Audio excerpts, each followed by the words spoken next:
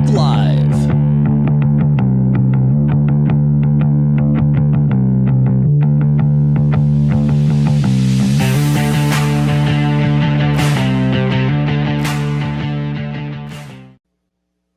Hey, Kara Oosterhuis here with RealAgriculture.com. It is Thursday. As you know, sometimes these Thursdays happen as we're talking here at Real Agriculture today. It is not Friday, it is Thursday, and there's a lot going on this week. So we're in fact glad it's Thursday. There is still time to do things. So maybe this is your little reminder to just slow down, take a deep breath. If there's lots going on, it's okay, and we will make it through it.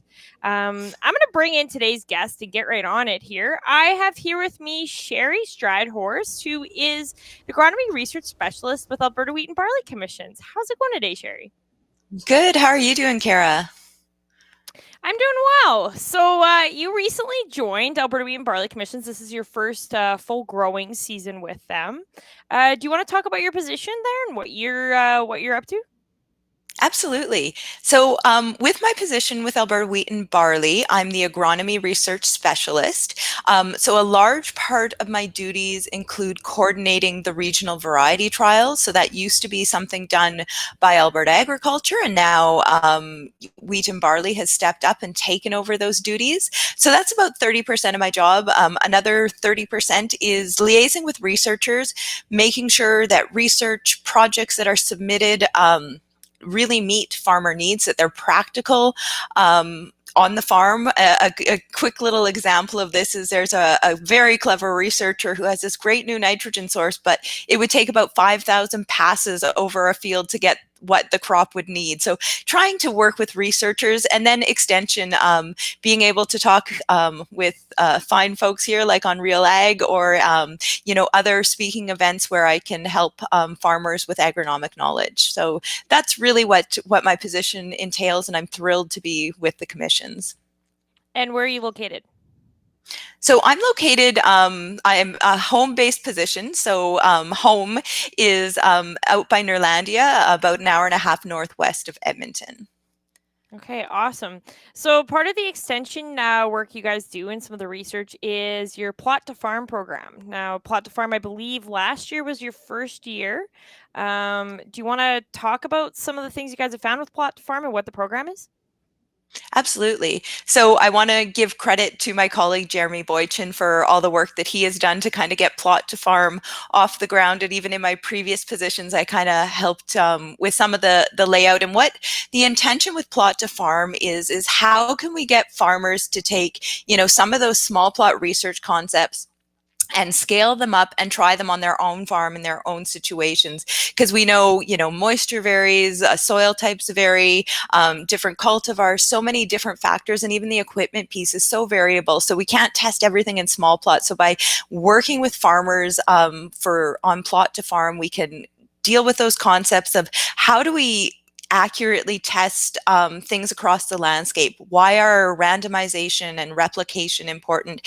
And really setting up good protocols so that the data we can collect, we can statistically analyze it and get meaningful results for the growers to make decisions for future years on the farm. So it's that opportunity to, step it up from a strip plot or the check strip that happens when a farmer maybe runs out of fungicide on the last pass on the field and there's their test. So to put a little more credibility into that. Is the research available publicly? Like any results you guys got from last year, can producers find it? Absolutely. Yeah, it is on the Alberta Wheat and Barley Commission websites. And, last year there were only 2 sites. And this year, I believe we are planning for 7 different sites with different growers across the province. So it's going to be, I think right now it was kind of baby steps last year. And this year we're starting to really walk at a good pace. And the more growers we get, the more data that will be available. And I think those another important part is not just what we have on the website, but those one-to-one conversations between the farmers who did it on their farms with their neighbors and how that worked in their area. I think that firsthand is really, really helpful as well. Absolutely. And where the trials are across the province. So do you have some in the deep south, some in the deep north? Yep, Jeremy is looking after 5 of them in the south. Many of them are a little more centered around Calgary for logistical reasons for Jeremy, but there are ones going up Highway 2 corridor, and then I'm going to be helping out a grower out by Stony Plain with a trial on urea versus urea ESN blends at the time of seeding, and then another grower out by Redwater looking at in-crop nitrogen applications. And I believe there's another one out by Vermilion with plant growth regulators. So a really good mix geographically, but also different agronomic topics that we're covering. Absolutely. And are any of the fields seeded yet? Any of the ones you're following? So none of them are seeded. I think Jeremy's first one is going to be next week if the weather cooperates, and then one in next week and one the following week. So everything's we don't want these to be the first fields that the growers plant either, because we want to make sure they work all the kinks out of their system before we do the research plots. Absolutely. Yeah, that definitely makes sense. So we're at the time of the year now where, recently, if you're following any news, you'll have seen Stats Can on Tuesday release their latest acreage report. And within it was high barley numbers.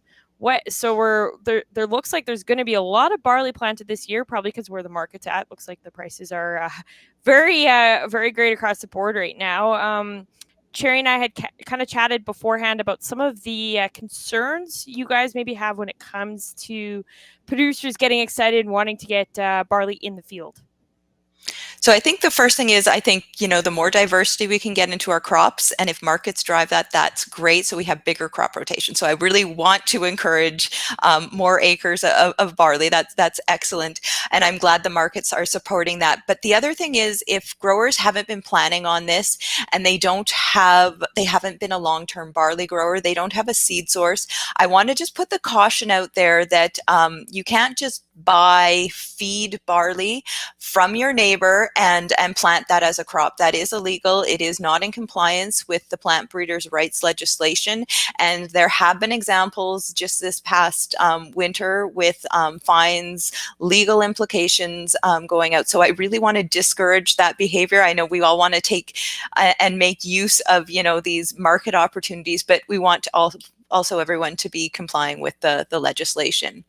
Another thing with maybe some first-time barley growers, some growers are kind of going, wow, it's maybe an earlier season in some areas. Barley's a little bit more cold sensitive than what wheat would be, than what our pulse crops would be. So while seeding barley early to achieve malt status, you might not want to have that as the first crop that you plant. I certainly have seen when barley has been planted in the first week of May that you get those frost bands. So, you got your nice green leaf and then yellow strips kind of showing where you've had some frost. And in the same field, wheat will be okay. So it is a little more sensitive. I don't want to scare people though. Because the growing point at this stage is still below the soil surface, so it can regrow. But if you've got wheat and barley acres to seed, do the wheat first and then do the barley. How about with seeding rates when it comes to barley? Is it kind of the same thing you do with wheat, or talk me through that process? Yeah, absolutely. I think there's always those provincial recommendations, and it's probably in that, I won't know off the top of my head exactly, but around that 22 to 28 plants, and they say the same for wheat. I did some work a number of years ago on barley seeding rates, and we tested 33 plants per square foot versus 33. And there was slightly higher yields with 33 plants. There was earlier maturity. So I think that's something that everyone likes, is earlier maturity. There was more consistency of performance. So I do think that those barley seeding rates, if you match them up with what you've been doing for wheat, really a good idea. And not based on bushel weight, but based on number of seeds per unit area of land. And how about depth when it comes to, we're talking like across the prairies? Yes, there's a bunch of different pockets of moisture, but even across Alberta, like there's parts that are way too wet and parts that were like straight dust. So when it comes to seeding depth, what sort of numbers are you looking at there? Yeah, absolutely. I think that's a great question, Kara. And I think recognizing the variability and how important it is to hear my recommendations, but then adapt it for your own situation. Really critical. So, I think if we can plant barley and wheat in that 1.25 to 1.5 inch depth, if everything is perfect, would be great. But we know it's not perfect. I think when we start trying to manage through dry soils, that's where we get some challenges. So me and colleagues at Alberta Wheat and Barley, Saskatchewan, and Manitoba have all kind of talked about this whole seeding into dry soils and tried to dig into the literature about what has been published about seeding depth. And there was a study back in 1982 in Saskatchewan, and it said shallow seeding is better, and shallow being that kind of 1.5 inch type of depth, and that most often resulted in higher yields. But if you have those really dry seasons, and not just dry at seeding, but dry throughout the entire growing season, that's when that deeper seeding, so deeper than 2 inches, did pay off. Another seeding depth study in Saskatchewan said that shallower seeding, that 1.5 inch, is really where you're going to get the most consistency. So I think growers are maybe struggling with, do I plant into that layer of dust and wait for rain, or do I plant deep? And I think that's where a number of considerations have to start coming into play. If you plant at that 1.5 inch and wait for rain, that's certainly an option. If only we knew what the weather would bring, that would make our decisions easier. But then when we start talking about deeper than 2 inches, we have to realize that we're going to have slower emergence, and that seed size is going to start to matter, because the energy in that seed is going to have to sustain that little plant from the time it takes up water and germinates until we get that shoot out that's able to photosynthesize and provide energy. So if you're going to go deep, we recommend a seed treatment, both an insecticide and a fungicide, so a dual seed treatment there, because it has been shown that that provides more abiotic stress resistance. And the other thing is a larger seed with a larger 1,000 kernel weight has more energy in it. So it's a little bit more able to withstand that deep planting, because there's more reserves to kind of help it get out of the ground. So, it's really tough when growers are struggling with this. Do I plant into dust, or do I go deep? And it's important to think about those things. Maybe higher seeding rates are another thing that they might want to consider, because we do see more mortality when we are planting deep, because those poor little seeds are under a lot more stress to get up out of the soil until they can begin photosynthesizing. Absolutely.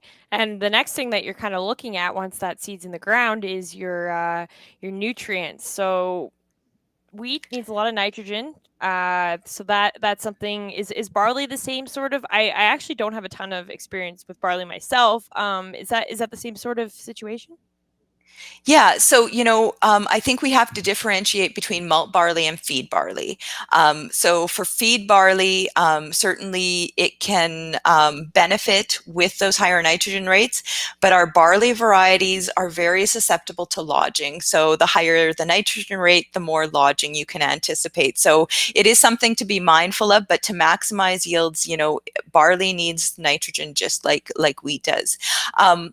On the fertility side of things, with kind of the dry conditions, a couple of things to maybe keep in mind is if a grower is in a very, very dry area, they might want to consider cutting back their nitrogen rate at the time of seeding, just to deal with risk. So if they use maybe 60 to 70% of what they were originally planning to do on a typical year when moisture is a little better, that's an approach. But they need to be mindful of then if rains do return and they want to maximize yield potential, they need to get in there with an in-crop nitrogen application. So they need to have the equipment to do that. They need to have the labor, and they need to have the time to do that.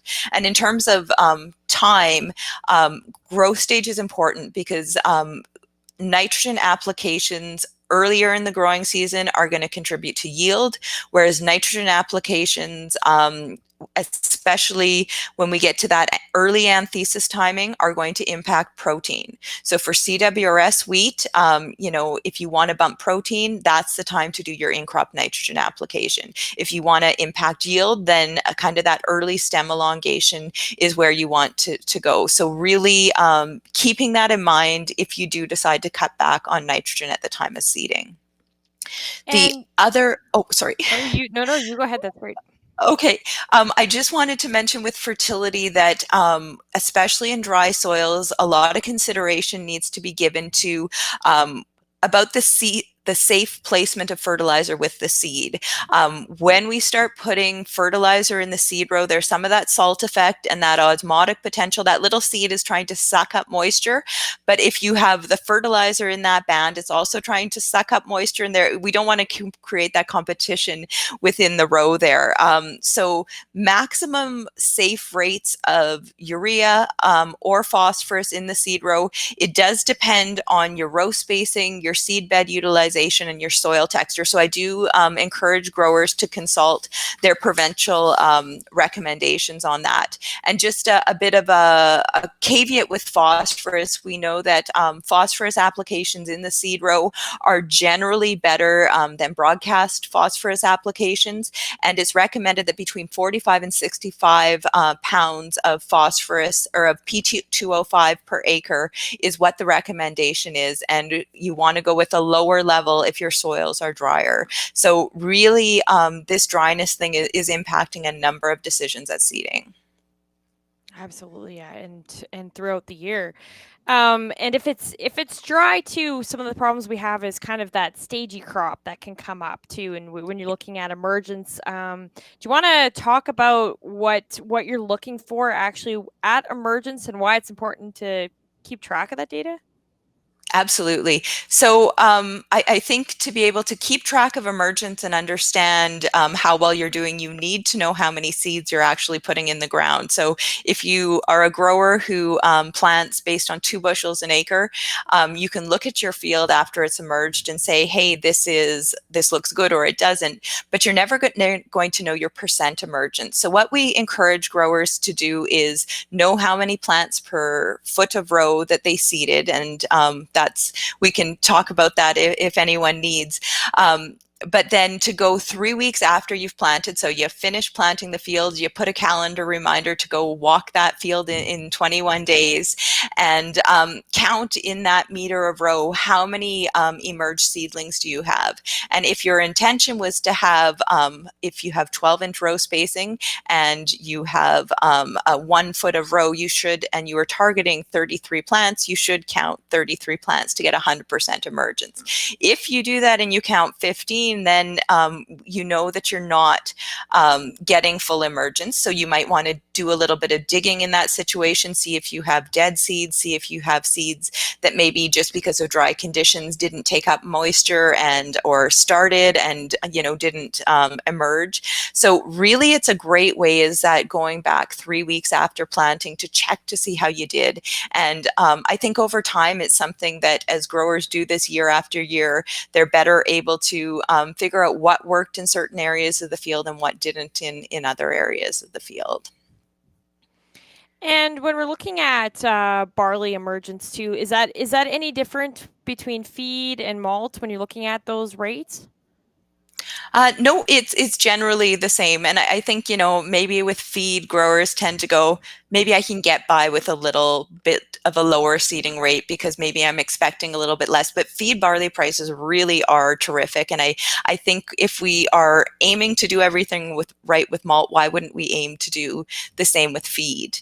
And maybe just on the topic of barley, one of the issues that maybe a lot of growers haven't heard about is there is the recent registration of the PGR manipulator for use on barley and Modus on barley. So that's kind of new, and we want growers to be aware that there are MRL issues with manipulator on barley, and we really encourage growers to talk to their buyers before they use it. So manipulator and barley, talk to your buyer and make sure you don't do anything that will limit your marketing opportunities. And then Modus is, of course, the other PGR option for use on barley, a new product from Syngenta, and that one does work really well, and there aren't those MRL restrictions there. So, and the other, I guess, caution with PGRs and dry conditions is we have found that if it's dry, let Mother Nature be your PGR in those years. The lack of moisture will prevent lodging far more effectively than what a PGR will. So, you know, and we have found yield reductions with PGR use under drought stress conditions. So, you know, I hope the moisture turns around and that's not the case, and we do get rain and really good crops this season. Yeah, absolutely. I know I'm in southern Alberta and it was I think it was 2019 and it was the end of May and that the wheat was headed out like at ankle high and you're like there is no PGRs needed here this year. So we can chuckle about it now, I guess. Lindsay's saying new bumper sticker Mother Nature is my PGR. So that's I like that one. Um so when we're looking at another thing producers are going to want to keep in mind as the crops starting to come up and emerge is weed control.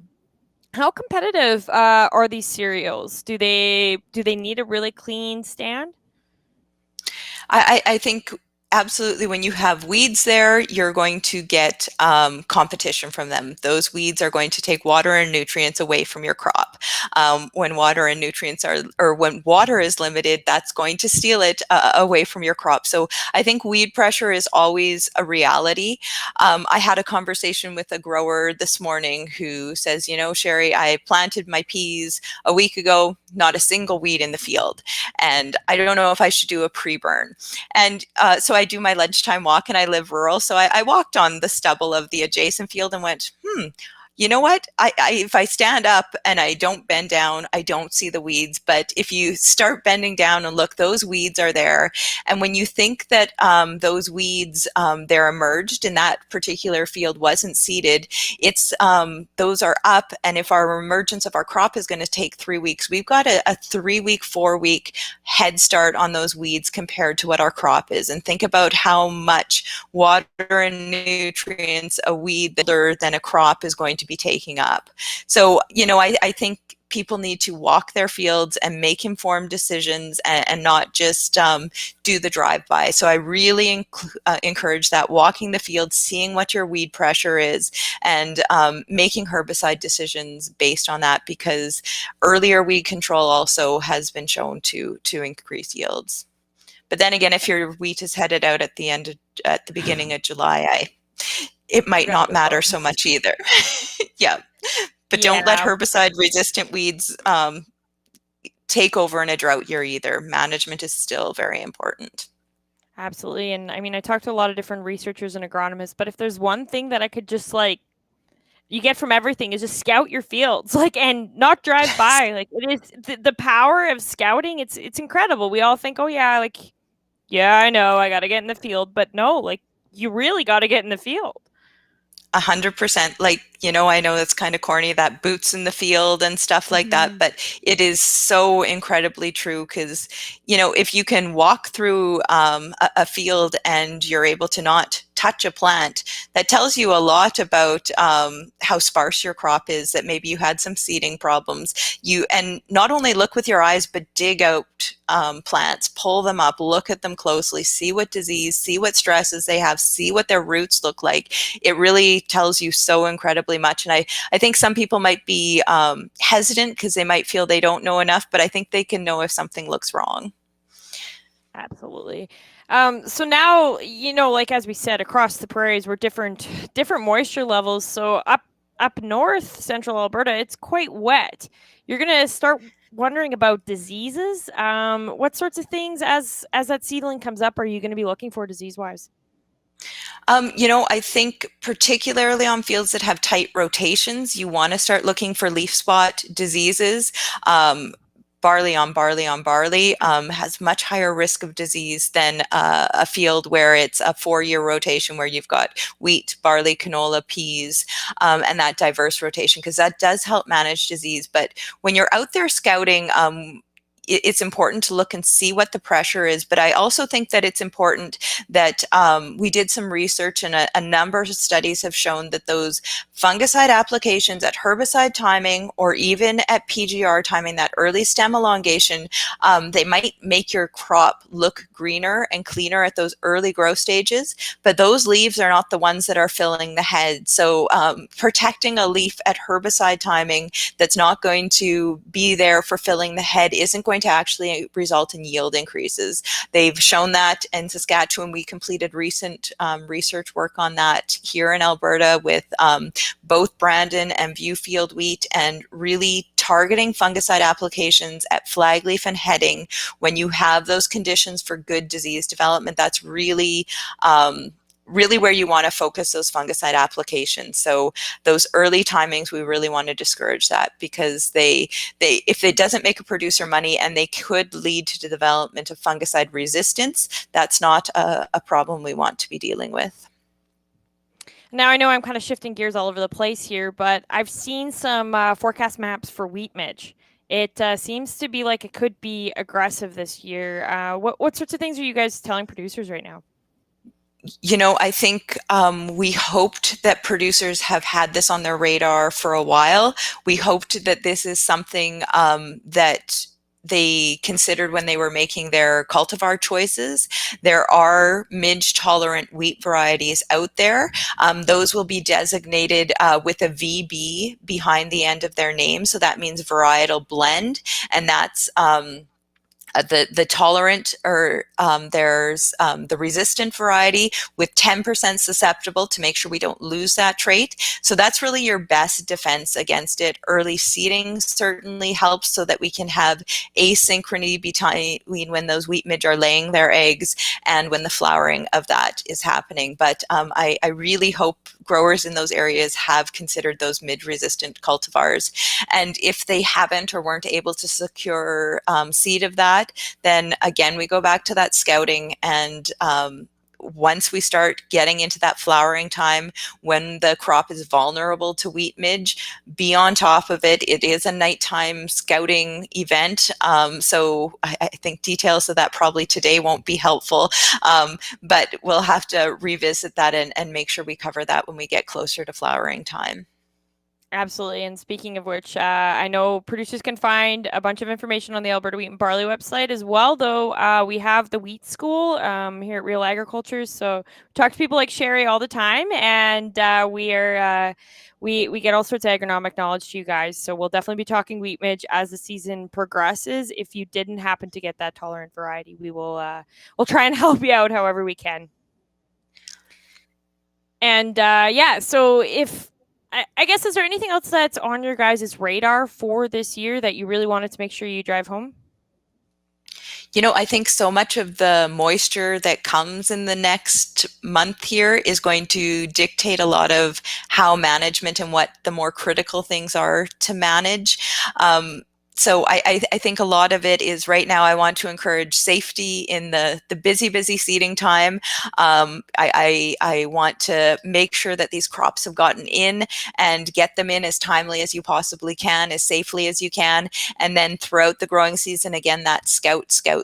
And just on that note, I want to make sure that growers who planted a midge-resistant wheat variety, if there is that midge pressure, that doesn't mean you shouldn't scout, because resistance to things can break down, and we need to be ahead of that curve. And I'm not saying that's going to happen, but never don't scout your field because you figure it's okay. Absolutely. And like Lara says, she says you can't solve problems you don't know about. So absolutely, you got to get in there and see what's going on. And I think that's a great note too, though, about safety. It's the time of the year, like I kind of said when we're opening, we're busy. There is a lot going on, but and I know some of you guys that are listening, you don't have a lot of help and you got to do a lot of it yourselves, but we'll all be okay. And I think it speeds up the process sometimes, just to slow down and take a breath sometimes. So absolutely, great reminder, Sheri. But unfortunately, we are out of time. I'm going to leave it on that good note, but we are out of time. It always goes by so quick. But thank you very much for joining us today, Sheri. Thank you, Kara. My pleasure. Absolutely. And thank you all for tuning in today. And if you're catching this on the replay, thank you very much for downloading. If you still have any questions, feel free to questions or feedback, feel free to send them to us. And as I said, it's the busy season, so we are not live tomorrow. We're taking the day off to keep content coming at you guys in other ways. But we'll be back here with RealAg Live Monday next week at 1 p.m. Mountain or 3 p.m. Eastern, as well as the agronomists will be on Monday night at 6 p.m. Mountain or 8 p.m. Eastern. So be sure to join in for that. And in the meantime, everyone have yourselves a great weekend. And thanks for getting real and getting connected with Real Agriculture.